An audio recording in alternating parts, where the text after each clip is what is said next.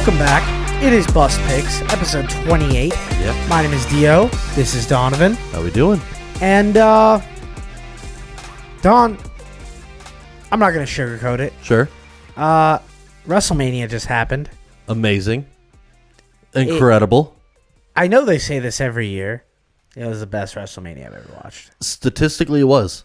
Really? Yeah, the highest gate, highest viewership, like by every like financial and like viewer category. Yeah. This was the largest they've ever done. Wow. Can't wait to dive into that soon. We're going to talk about everything that happened in WrestleMania. Yes. But first, Don's got a fact of the day. Fact of the day, we're going to go a little bit old school. We're going to go to the 1910s Wyoming. Kind of something deep pull right now. Someplace I never wanted to be. 1910s Wyoming. Right, back when it was like the frontier still. The world's saddest time machine. But so there was a baseball team. Okay. Formed in 1910. That was completely comprised of death row inmates. Oh, that's so playing sick. Actual baseball games against real teams. And how they were coerced into playing was the warden basically said, for every game that you guys win, we'll push back your death sentence. For every game you guys lose, we'll move it closer. If you commit an individual error, that will cause the team to lose, you'll be executed when we get back. They were playing for their lives. They were literally playing for their lives. Dude, Don, we got to make this movie. Like, not only that, good movie. The warden would go to the local bars and everything and basically would run the odds and take 20% of all the bet winnings at the end of the game. So not only was he forcing players to literally play for their lives, and he was also profiting off the betting, off like being a bookie on it. He was just booking it. Yeah. Executing it literally both ways. Yes. That is awesome. I mean, terrible for the people. Would you watch an execution baseball league? Like a tournament style inmate death row execution league? I don't think I would. March Madness, I'm a sucker for a good tournament, man. But the idea, they only played 4 games. Yeah. But they won all 4. They survived. No, they all were eventually put to death. I mean, yeah, they're. But I mean, considering, I think out of it was like 3 were sex offenders, 2 were like forgers and thieves, and the rest were convicted murderers. I hope they all got to have their last meals, but every time they won, they got to have their last meals multiple times. So like they lived a good life. They got to play ball with the boys one last time. That's not that bad of a life if you're a terrible person. It's just what more could you ask for? And everybody made money. See, it feels like a win-win. That's all I'm saying. Let's get into WrestleMania. It is time. We're going to break down a few of our favorite moments, least favorite moments, sure, and maybe some predictions for the future, some storylines that Don's got for us cooked up. Yeah. First, we're going to start with our top 3 favorite moments. We'll start from 3, work our way up. I'm going to start with my first favorite moment from WrestleMania this week. WrestleMania 40?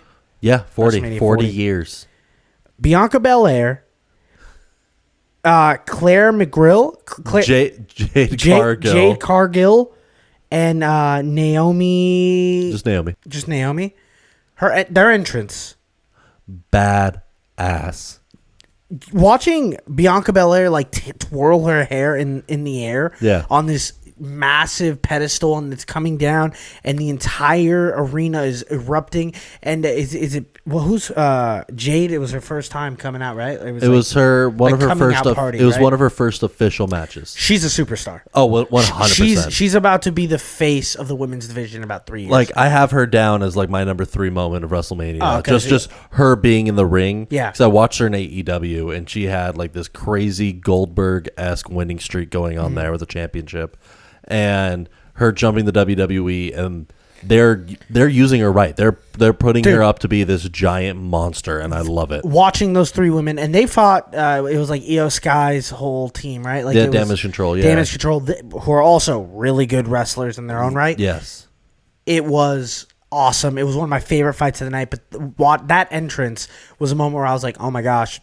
Bookmark this. This is fantastic. And that's what I love the WWE is doing with Jade ever since they brought her in, is they are treating her like she's already a top star. Yeah. Like before her like even that. first match, like, no, this is the biggest deal to come to our company. They kind of did that with LA Knight too. They're kind of like, all right, LA Knight. But they let him work his way up through NXT and everything. Nice The minute that Jade showed up, they're like, no, this is going to be like the biggest dominant wrestler we have. Let's go on to the second favorite. Was that your third? That was your third. That was my 3. So the second favorite moment for me was Damian Priest wins it with Money in the Bank. I loved that moment. That was a crazy moment to me. That was so fun to see. We watched an insane fight. Yes. And everyone's like, all right, cool. CM Punk's just standing there, smiling in the face of Drew McIntyre, who also had a elite forever moment of in the middle of a fight tweeting out bored at work, only for him to be like, damn, after. No, that's my number 2 right there. It's just Drew being the absolute hater of the year. The hater of the year is he's won it already. Yeah, but we got a lot. It's the whole NFL season. We got hater of the year award. No, the fact that I don't know if you saw the Monday Night Raw afterwards, where he literally just takes the ring and he goes like, "I'm coming after you, Damian. I want my championship. Seth already injured you, but I blame all this on CM Punk. How do you like your torn tricep? I'm about to rip you piece for piece." Like, just completely blamed it. No, it was like, wow. Now that's a storyline that I'm like kind of excited to go into, because I'm like, Damian Priest is fun. Damian Priest is a really cool wrestler. I like his whole steez. I like everything that Judgment Day does. I'm a Judgment Day fan. So like, they're fun. Yeah, they are a fun group. What was your number 2 moment? My number 2 was Drew just being an absolute hater. If I had to give it to another one, it was Bayley finally going full face again. I liked Bayley coming out of NXT. I like the women's revolution that she was a part of. Yeah. And it's just fun seeing her as a good. I think she's a better good guy in wrestling, and it was fun seeing her finally overcome. I lean towards more heels, as I think most wrestling fans do. I'm not like a super wrestling fan. I'm a novice one. I pop in every few weeks. I test how the water's going, and then I'm like, all right, you guys are having a great time over here. I'll see you in a few weeks. And I'm there for every pay-per-view event. I'm there for SummerSlam. I'm there for Royal Rumble. I'm there for WrestleMania. And my favorite moment of WrestleMania, my number 1, is Sami Zayn winning. Anyone that knows me knows that Sami Zayn has become one of my favorite wrestlers of all time. I love everything he is. I love his story. I root for this man, and it's before the fight. They let his whole entrance. He's there talking to his son, his wife. He's like. He hangs out with his friends. He sees his longtime Kevin Owens. They hang out for a second. They hug each other. His entrance into the ring, it's so big. It almost felt like they were going to kill him there on I thought they were going to assassinate I was worried about it. Yeah. The fact that they had him talking to his son, I was like, oh, this is going to be bad. Just right there, just every nerve end is like, oh, Gunther's about to murder this man. I think he was about to rip his head off. I was like, this is not good. Quite literally opposite. Zayn wins. Yes. It's a perfect storybook ending. It's my favorite moment of what happened this week. No, absolutely amazing. I think it was the best storyline getting finished. Hint, hint for something. No, I know. What's your number 1, Don? So shout out. Honorable mention: Rhea Ripley and Becky Lynch with the kickoff match. Absolutely great match. Amazing. They are 2 of the best workers in the industry, without a doubt. Yeah. My favorite single moment. One moment. If I had to boil it down, was The Undertaker coming back. All right, so the next thing we're going to talk about is favorite cameo.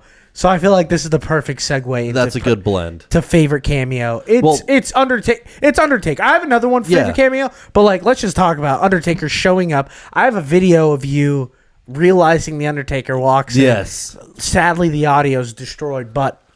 Was not expecting it whatsoever. I don't think it was teased at all. I sat most of that match John Cena coming out. I knew it was coming because they were teasing that a good amount, especially with all the R-Truth stuff. You thought it was Stone Cold, though. I thought it was going to be Stone Cold because they kept they would have Stone Cold stuff in the background, and I was like, they did it last year. Maybe Stone Cold came out last year. It would be cool. Or for the Texas one, for the Texas WrestleMania. Maybe 2 years ago. But I was like, okay, maybe they bring him back and they do the Rock Stone Cold running back. But I was like, Undertaker just being dominant from the get go and then just disappearing again. I'm like, perfect. Not only did he disappear, distinct. Dwayne The Rock Johnson disappears too. If you watch, he rolls out of the ring. Gotcha. He gets out of there and he's laying on the side, just like puffing and puffing. Gotcha. So he rolled out of there to get out of getting hit more. Which amazing. All-time moment. All-time moment. I have a video of my little cousin who is a huge WrestleMania fan.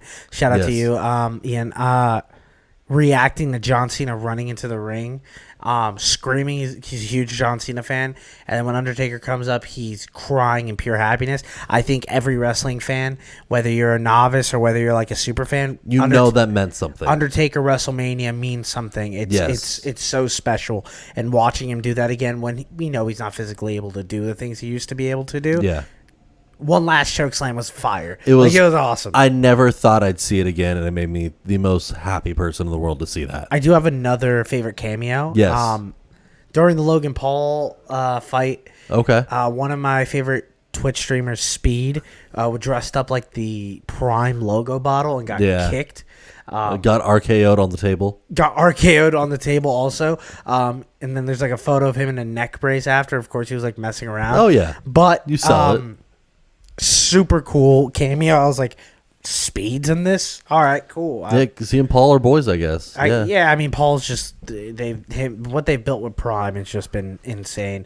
It's literally on every highlight because it was in the middle of the ring. Yeah, that was a good deal. I do love Bubba Ray coming out to be the special guest referee of the street fight as well. That was like for the wrestling. That fans, was for the that was guys like you that are like geeking. Exactly, especially in Philadelphia, hearing him to yell like "get the tables again." Yeah, like that was just such a fun you moment. Jumped up. You were like, "This is awesome." Yeah, because it's something like I know he had a short run in TNA for a while, being like 5150 Bubba, but it's fun seeing him like just purely go have fun, just go enjoy yourself, put on the glasses again, be who you are. I like moments like that for like the hardcore wrestling fans that are like, I'm in this. I've been in this for a long time. For you. Yeah.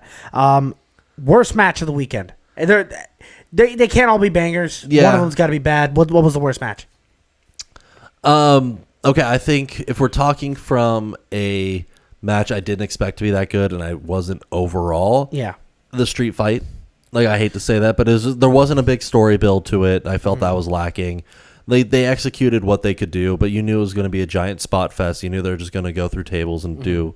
But so it wasn't like the most gripping. It just felt like the one hardcore. One? That was the Authors of Pain and that one. The Final Testament versus Street Profits and Bobby. That one was not great. That one was very forgettable. It felt a little bit, especially considering what Philadelphia is the home of ECW. Yeah. Like, you expected a more hardcore match. Yeah. Didn't really go in that direction, but that was okay. My least favorite fight of the weekend was LA Knight beating Styles. I'm not an LA Knight fan, but like that fight was a snooze fest to me.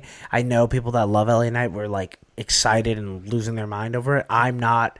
You're not an LA Knight guy. I'm not, but like even watching that fight, I was like, I needed more, and it just wasn't there. And maybe it's because I'm not, like I said, I'm a novice, and I haven't like Styles isn't like a guy that I'm super well known in either, or like.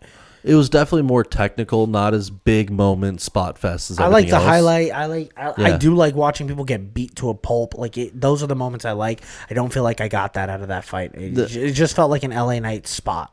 Yeah, no, and it was meant to be. It's meant to push him to that next level. Yeah. Another thing is, I think the Uso fight, the brothers, was kind of... I disagree. I loved that fight so much. I thought that fight was awesome. I think it was just a little bit of a letdown from what and it was my own fault. I built it up too big. In my head, I was building this up It's not your fault.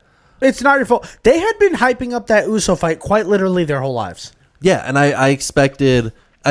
Groundbreaking, earth-shattering. Well, it was the idea of the whole point is they're their own person now. They're no longer twin brothers like on a tag team. They're their own person, but they use a similar moveset the entire time, which didn't really differentiate. And I just felt like they didn't get enough time, and that's not on their fault. That's not their fault for that aspect. I think they did great. I think that they did a lot in the time they could, and you knew that their story was going to play out over the whole weekend, so that match didn't mean as much to everything else, but I felt like they needed a longer, like another 10 minutes to tell a better story. There was a lot of fights. There was a lot. That was the second night. There was a lot going on already. Don, what was the best fight of the weekend? I mean, to me, you have to give it to Cody and Roman, even if it was an overbooked crazy fest. The second one, yeah, the second one's insane. It meant so much. There might have been a 10-minute stretch in that Roman or in the Roman Reigns fight where it was probably the best wrestling ever. Like where it was Dwayne, it was John Cena, it was I forget the guy's name, the big one, the other one. Oh, Solo Sikoa. Yeah, Solo Sikoa. Seeing him kick out of a spear spike combo was incredible. Because I thought that they're just gonna kill Cody now. Solo being able to sell like, dude, we keep destroying Cody, and he's screaming at Roman, finish him, finish him, finish him. Spearing Cody over. What's that move that Cody hits him with the crossroads? Dude, he hits Roman with like 7 in the whole match. It's crazy. Jey Uso spearing his brother off of the stage into tables was an insane moment. And seeing John Cena come out, hit the AA, get his revenge against Solo from the Fastlane pay-per-view. Seeing Undertaker, that it was overbooked, but it was perfectly booked. But it was also like, even before that 10 minutes, Roman Reigns and Cody Rhodes are going at it, and like technical masterpiece in my mind, like of the storytelling that they did. I'm not a Cody Rhodes super fan. No, there's just something about him I can't buy into. I get it. The story is there. Everyone loves him if you're a wrestling fan because his family comes from it, and it's a lot. Does he deserve this championship? 1,000%. Yes. This guy got his butt beat up. I don't care if it's fake or whatever. No, he put in the work. Like you saw coming in. He was bruised he earned it everywhere from night one. Dude, they fought back-to-back night main events, long fights. Incredible. That's not even my favorite fight. No. My favorite fight was the tag team matches. I don't know what it was. Sure. But was it 6 tag team matches? Or six teams? Oh, the ladder one, the 6-pack tag match with the 2 belts hanging from the sky. Yeah, that was so fun. It was just fun. R-Truth giving the hot tag and then pinning us. Dude, R-Truth winning, beautiful, dude. And like the next night, they got to fight with John Cena to be like their.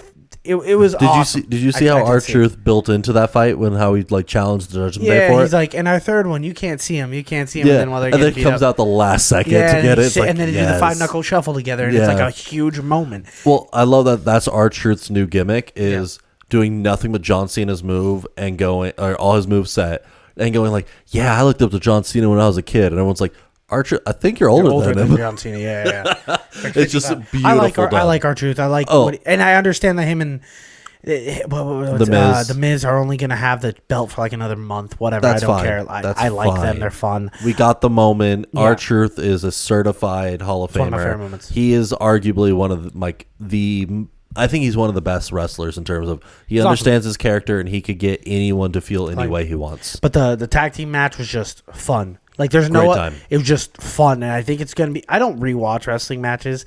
I think that's a match I'm probably gonna rewatch, and now I'm really excited to watch more tag team matches. Like I've rewatched that match twice now, just for the Johnny Gargano DDT spinning through a table. I'm like, they don't care about their bodies. No, they like he did not care. It's like, what are you doing, my guy? Don, any predictions? Give me like 1 or 2 for storylines that they might be setting up in the future. I know that it's like super early, but like, give me some predictions. You are the WWE guy. So I think Cody versus The Rock. That one's pretty obvious. Yeah, like they set that up in a big way. Feels like Dwayne's gonna step away for a little bit. Though. He did announce that in the Raw after.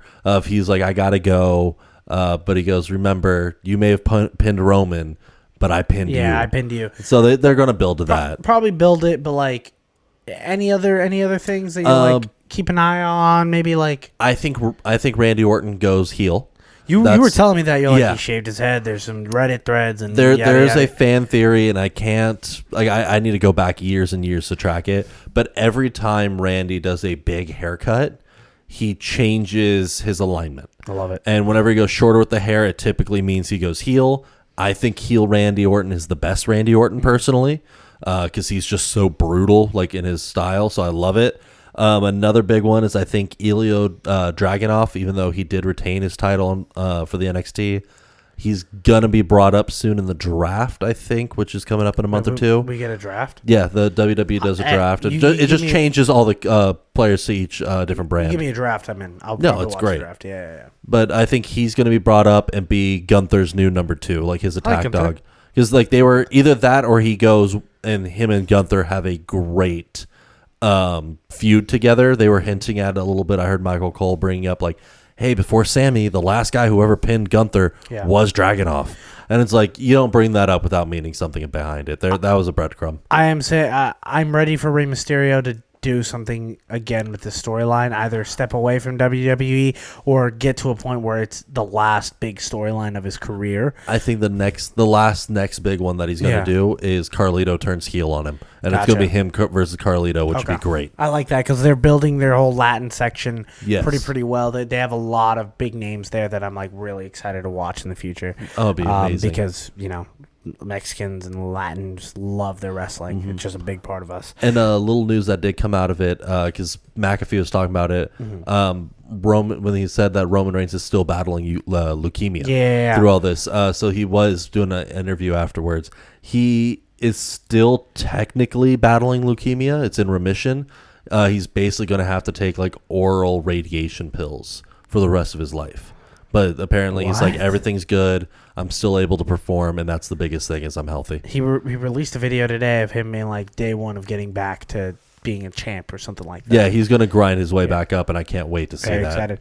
Let's get into Bust of the Week. We got a couple Busts of the Week, and I'm going to go first since this is the topic. My Bust of the Week is all the people on the internet just talking crap on wrestling this week. I am not a diehard wrestler. In fact, I'm a new wrestling fan in the past few years. But this whole weekend, people were just on Twitter, on Instagram, just on YouTube, making fun of people that are enjoying this sport. And to that, I say, you guys are lame. This is a fun, dedicated sport. And for those who are NFL fans and NBA fans like me, fans of the MLB like me, fans of hockey like both of us, I think you guys need to take a step back and realize WWE and wrestling is the number one sport export that the U.S. has. It is massive across the globe. Yes. Big in Australia, big in England, big in all of Europe, big in China, Japan, huge in South America. Pro wrestling is massive. It's bigger than most people can really wrap their heads around. So when you come out and you belittle like, oh, but this is just fake. How can you guys watch these people not really fighting? They're really taking damage. They're acting. It's a play. But, like, at its most heightened, that's what it is. It's fun. Yeah.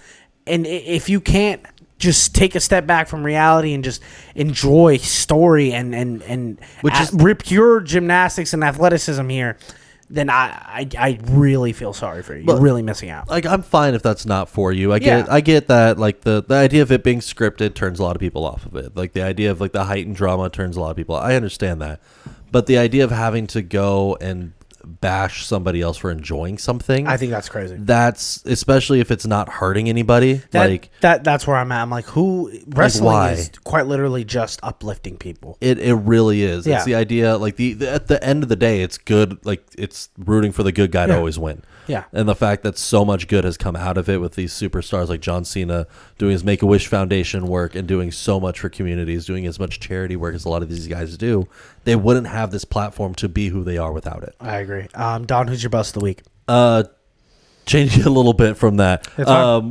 Mine is the New Jersey Devils. We're going to go to the hockey line there. We're going to be talking about hockey next week. Next week we're going to do a little playoff preview. Don, the New Jersey Devils and the entire East is like they're fighting for playoffs right now. Yeah, it's a close wild card race right now. But the New Jersey Devils know like they got to keep fighting to get in it, right? You would think. And at home against the Penguins earlier this week, they were coming into the third period up 3-1. Pretty not unsurmountable odds, but a comfortable league, especially at home. In a playoff in a game that means a lot for playoff positioning. Proceed to allow 5 goals in the third, blow it 6-3, drop them almost out of the wild card race completely. Pittsburgh now leapfrogs them, sitting at 83 points. You have New Jersey sitting at 79. They are 4 points right now out of a wild card position because of this game. They really needed those 2, but instead they eat 0 because of the L. In a game where do or die game. Every single point quite literally matters in hockey with very little left to do in the regular season. showing up and doing that, it makes it seem that you're not focused for the playoffs. And that you might as well not even get into the playoffs. Yeah, that's a rough one. Let's go into never too late news. We're going to cover some topics that we have not been able to get into. Sure. First thing we're going to talk about is Iowa women's basketball. Let's just do all of the Final Four real quick. Sure. Okay. For the first time in recorded history, yes, women's finals championship in basketball outrated the men's. 17.8 million people watched the women's, and 16.2 million people watched the men's championship. I think it was the most highly televised women's pro, or like semi-pro if it's college, but like sports game, I think, in the U.S. history. Something like that. Huge. It's definitely the highest rated basketball game of all time, but I think it's all women's sports. Shout out to South Carolina. 100%. South Carolina has just absolute demons on that team. Just dogs. What they were able to do this year, not losing a game with an entirely new roster, shout out to the coaching, shout out to the organization. But we do have to take a step back. Caitlin Clark. Yep, we have to talk about her. You're amazing. Incredible. You did your thing. I can't get into this GOAT debate. No? I absolutely think she's a fantastic player. She's the best women's college athlete of all time. Sure. She's not in the GOAT debate yet. She hasn't played a snap or a tip-off. Hasn't shot a bucket in the WNBA. That matters. No. I think, to me, the argument is more she should be in the conversation for one of the greatest college basketball players of all time. She's in the conversation for one of the greatest. She's one of the best basketball players in college basketball history. Yes, but 1,000%. The idea of naming her the best women's basketball player, I'm like, no. Here's my thing. Wait till she goes pro. Pro's a very different speed, very different level of physicality. I think she'll translate fine, albeit she's got to work on a different skill set. I think she's going to lean more on her passing work than her shooting range. I think she's still going to be shooting. Without a doubt. But I think she's going to be more of a Jason Kidd, Steve Nash archetype compared to a Steph Curry. Because her court vision is amazing. I think you need to double down on that. I think she'd be playing like Caitlin Clark. I think Caitlin Clark plays like Caitlin Clark, and that's who we should be comparing her to. I think she's going to play for the Indiana Spirit or something like the Indiana. Yeah. And the tickets are already like at such a high price for like any Indiana game. I think what she's going to do is she's going to bring new eyeballs to the game. As we said last week, I'm really excited to watch her, and to all the other WNBA players that are poo-pooing her, welcome her into this league. Be happy that she's getting more eyeballs and fans into this league. Yeah. And maybe if you guys are able to absorb and welcome change and growth, so will your sport. No, I think that she's nothing but great for the sport. Yeah. So I love it. Now let's talk about another player. Another player that was the best college basketball player in his season. Sure. Zach Edey went up against UConn, and Zach Edey was on fire. Yeah. This first half, Zach Edey, you're like, this guy's got to be an NBA player. They're going to figure out a way to get this guy the ball. They got to figure out something, right? Mm-hmm. Shout out to Zach Edey. But this UConn team might be the best college basketball team I've ever seen in my life. Dangerous. They had 12 straight March Madness tournament wins from last year and this year. Yeah. First team to go back-to-back. Not only did they have 12 straight wins, 12 straight double-digit wins. They were whooping teams' butts. 100%. Very impressive. Shout out to UConn. No, without a doubt. Like, it's seeing dominant runs like this UConn team, like the South Carolina team, that I know it's completely different when you're talking college versus pro. But part of me always thinks to be funny, like, we need to bring back like the college versus pro game occasionally. No, just as a litmus test. They wouldn't win a game. No, like, if the Washington Wizards or the Detroit Pistons have 13 wins. Yeah.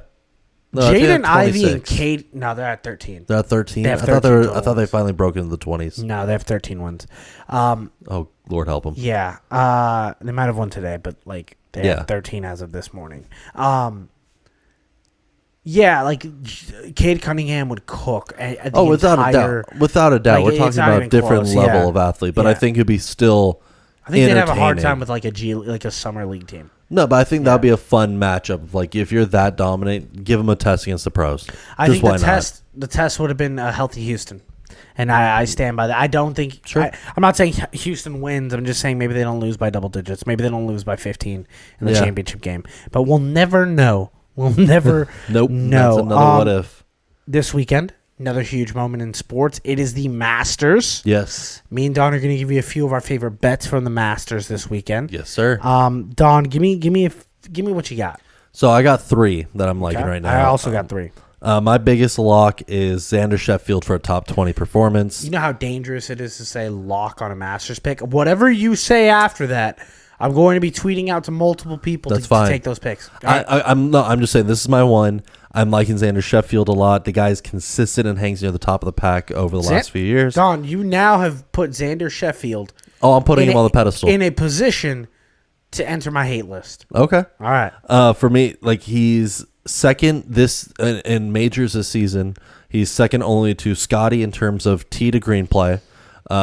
Needs to work on putting just a little bit more. Like he misses some of the long distance ones, but if you look at his Augusta record, he has been consistently one of the better players to finish in that top 20 realm. He doesn't always contend for the number 1 spot every time, but he is always around there come Sunday.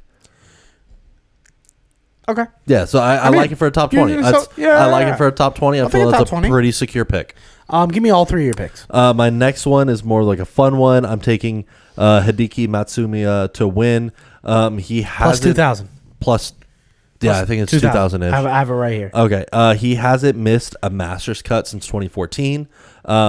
Since 2014, he's had 5 top 20s. Mm-hmm. And over the last 4 years overlaps into that. So his 4 years, 12th place, 2 in the top 10, and a win. Okay, so he's he has... Well, he's won 1. He's gotten 2 top 10s, and then he's gotten to 12th place. He hangs around there. He knows Augusta very well. I think he's always going to be a threat when it comes to the Masters because of that. And then my last one, I'm taking a long shot in Siwoo Kim. Look, SI, if that matters. Look, he hasn't finished outside the top plus 6,500. I love it. Yeah, I'm taking him. He hasn't finished outside the top 39. Yeah. At Augusta since 2018. He has 6 top 25s this year, and has been 9 straight majors without missing the cut. He has been flying, I think, under the radar with how strong his game has been this year and how consistent he's been. And he knows how to stay in the top echelon when it comes to Augusta. He just needs to make that little bit of a push. I think it's going to be through his putter. If he's able just to get a couple more here and there, he could float to that near top 5. You're about to tell who watches golf between 2 of us. Yeah. I don't watch any golf. I don't even watch the Masters. What I do like to do is I like to take 3 winners. And I take 3 different levels of winners. I take a top guy. Okay. I take a middle guy. And then I take my long shot. Sure. My first guy is Jon Rahm. I like it. I like Jon Rahm. I was very worried you were going to say Justin Thomas. No. I wouldn't do that. I'm going to take Jon Rahm. I really like Jon Rahm. Plus 1,100. It's just enough juice for me to get behind him. Just enough juice for me to put $10 on him and be like, if this guy wins, that's $110. That's not bad. But why not? I also have another player. When I watch the Masters, it's never the guys that I'm like, oh, I know Brooks Koepka and I know Bryson DeChambeau and I know a few of these guys. I know Tony Finau. Yeah. It's never those guys. It's never the guys that I'm like, I know you. Well, the big 2 pieces of news that move me off some of those guys, like Justin Thomas, like I said, and Brooks Koepka, is they're making major changes to their game right before the Masters. Yeah, I'm not doing and that scares me. Like Koepka, I think, is changing his caddy right now, right before Masters. Yeah. And Thomas is changing his putter. Which, not down. When you're changing big equipment or changing a guy who's been by you for so long, that makes me skittish when you're going into a big tournament. I'm also like locked in for like a guy who's just like European that I just have never heard of. That's just he just wins it. Sure. So I'm going with Ludwig Agberg, plus 3,300. Okay. It says right here he's had a very good start to the year, and he's expected to even make the top. He's expected to make the cut. Top 20 is expected. I might even put a top 10 finish for him. That's not a bad one. Yeah. So I'm gonna, and then he'll float. One last just shot because I don't want to be the guy who doesn't do it. Okay. I'm betting Tiger Woods. I'm betting Tiger Woods plus 15,000. No, there's people who are putting, I think Nicholson and Woods in a parlay for like both of them to make cut. Like that's like the nostalgia parlay right now. But why not? Yeah, why not? It doesn't hurt. He's gonna do it. It's not that he's not a great golfer. It's just, does he have the ability to golf throughout the entire weekend? Because his body's just not being able to hang there lately. If he's gonna do it, why not now? Why not? Yeah, this would solidify. I mean, he's already the greatest of all time, but like this is like legendary. Oh my gosh, I can't believe he did it stuff. Yeah, I don't want to be the guy that's not there betting for him. No, I like it. I like it a lot. Plus, I know I'm just tossing money into the wind. How'd you know I was gonna take Justin Thomas? A lot of people are taking Thomas. He's a big crowd favorite typically. I actually have. I also bet Justin Thomas. Oh, okay, yeah. I saw one report today where he was doing an interview and he talked about changing out his putter and trying out a new grip, and that devastating. That freaked me out, considering like why would you change? Like, and it could be for the better. It could be for the better, but I don't like that uncertainty when you're playing a very difficult course. Let's get into Bronny real quick. Bronny going to the NBA or the transfer portal. I don't feel like both. Yeah, but we'll see which one he actually. So pretty much, he's saying I want to go to the NBA, and if he doesn't get into the NBA, he'll enter the transfer portal because you can do that in college now. Yep. Here's what I say to that: as a diehard USC fan, as a diehard LeBron James fan, him coming to my school was probably the coolest thing that's ever happened. That was awesome. I wish he would have played more. We don't get that though, you know. Yeah. Come to the Lakers. Lakers, do yourself a favor. Just draft Bronny. Why not? What were we gonna do? Were we gonna take Zach Edey? I promise you, this is just a better investment. Just go get Bronny James and enjoy this. I don't care if we spend our first round pick. I know it's a foolish thing to do, but as a diehard Laker fan, a diehard LeBron James stan, you can put there it is. You can put Bronny's statue right next to him. I don't like it. I'm locked in. I'm ready for this to happen. I can tell you're committed. It feels like, all right, you don't play Bronny, you kind of lower the expectations. That way he doesn't end up going super high in the draft, and the Lakers can somehow sneak in, go ahead and grab him, and then LeBron and Bronny play for the next 3 years in Los Angeles, where I can just go down there, see them, and then just cry every single night, because that would be like the perfect finale to like what the Lakers are right now to me.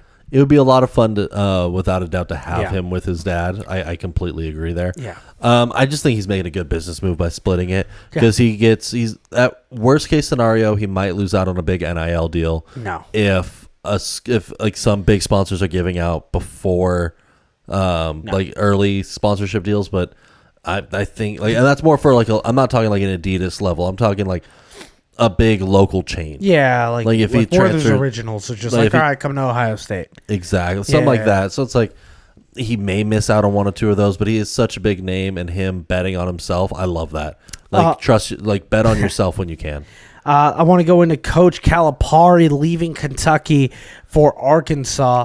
Did you see the video of him walking his dog? No, I didn't get to see that. So he was like walking his dog in the midst of all this news breaking down, and people were like, "Hey, can you leave a comment on like if you're leaving or anything?" And he's just like, "No comment. I'm just trying to walk my dog." It's the worst time to leave your house when that's happening. Yeah, especially if you're that recognizable of a figure in the community, coming off that big of an upset loss. It was time. It was time. I think that the school needed a change. He needed a change. It was time for them to go. The interesting one was Arkansas out of all schools. Arkansas is a top 20 college basketball program. No, they're good, but it wasn't where I thought I'd have him landing personally. He can go to Arkansas and do the Arkansas, like what he was doing at Kentucky, where he'll just get guys, get them to be like top draft picks, and they'll be happy with that, and maybe make a few tournament runs every few years. But a lot less expectations than I feel Kentucky has. Correct. Kentucky wants to be what UConn has been. Or they think they are. Like, UConn's won 6 or 7 or 8 championships in like 25 years. Yeah. Duke's won like 1 or 2, and like Kentucky's won like 2. But Kentucky's always in the conversation. They are. And I think that they want to. But they never do anything in that conversation. No, but I think it's a status of being in the conversation. Like, this could be our year. I'll be honest. it's good to be that fan. To be like, it could be our year every single time. No, it gives you so much hope. Last thing we're going to do is question of the day. Don, I give you a little bit of time to think about this one. What is the sports franchise that continues to get high praise but never reaches those expectations? Now, I'm not necessarily like throwing in the Yankees or like the Dallas Cowboys or the 49ers where it's like, yes, they're very good, but they continuously like get to spots where they have the ability to win a championship. Yeah. I'm talking about teams that like people hype up every year and they just constantly disappoint. The number one team that when I think about people are hyping up and they never reach any expectations of even relevancy, the Las Vegas Raiders. The Raiders are like the number one team when I think of like hype. Oh, wait, it was the same mess. Like, I think the big thing with there is it's not like journalists, pundits, the league hyping the team up. You think it's all fans? It's the fans hyping up their roster. There's a lot of like people that hyped up like those Derek Carr teams. Without like there was potential. There was people hyping up this Jimmy Garoppolo team. Yeah. Like there were people being like they could sneaky win this division and stuff like that. Like I think I hear it more from the fans, but that's true. And we are in Southern California and we do like live around a lot of Raider fans, but like it is a thing. Like I definitely see that nonstop. True. I don't want to say the Dodgers because, like, the Dodgers do. No, but they've gone a World Series. They've gone far. And, like, they've done a lot. But the Chicago Bulls are, like, a team to me that, like... Yeah, like, they're always talked about. It's like they could make a... They could smell the Western or the Eastern Conference Finals. Maybe not. Like, not get there, but they're like, hey, if they get hot at the right time, they can make a push, maybe. That and, like, they have the pedigree of, like, being one of the franchises in the NBA that's like supposed to be one of the big dogs in the East, and they just constantly let down their fans and the people, and they go make these big free agency signings with DeRozans and the Lonzo Balls and the Dwayne Wade's back in the day, and just things just don't really mesh. They never work out, and those are like two of the franchises that I like when I think about like it never really ends up working out for them. I think recent seasons for me, like recent years, the Saints fall into that category. 1,000%. Of like this team on paper has so much talent and so much going for it, they're going to be dangerous. Michael Thomas. And like the whole Michael Thomas being on the roster for like 3 years too long because they were like, we still have the perfect team. We're going to get there. It just didn't work. Like them being like in salary cap hell now because of it. Cool. I love that. Like I think they're the prime example of like think the last 4 years of New Orleans Saints football and where their preseason projection is and watching them feels like. Can I bring up one last team? Sure. If they have another bad year this year, the New York Jets. The New York Jets all of a sudden get into that spot where like for the past 2 years they've been getting hyped up to like an ungodly level.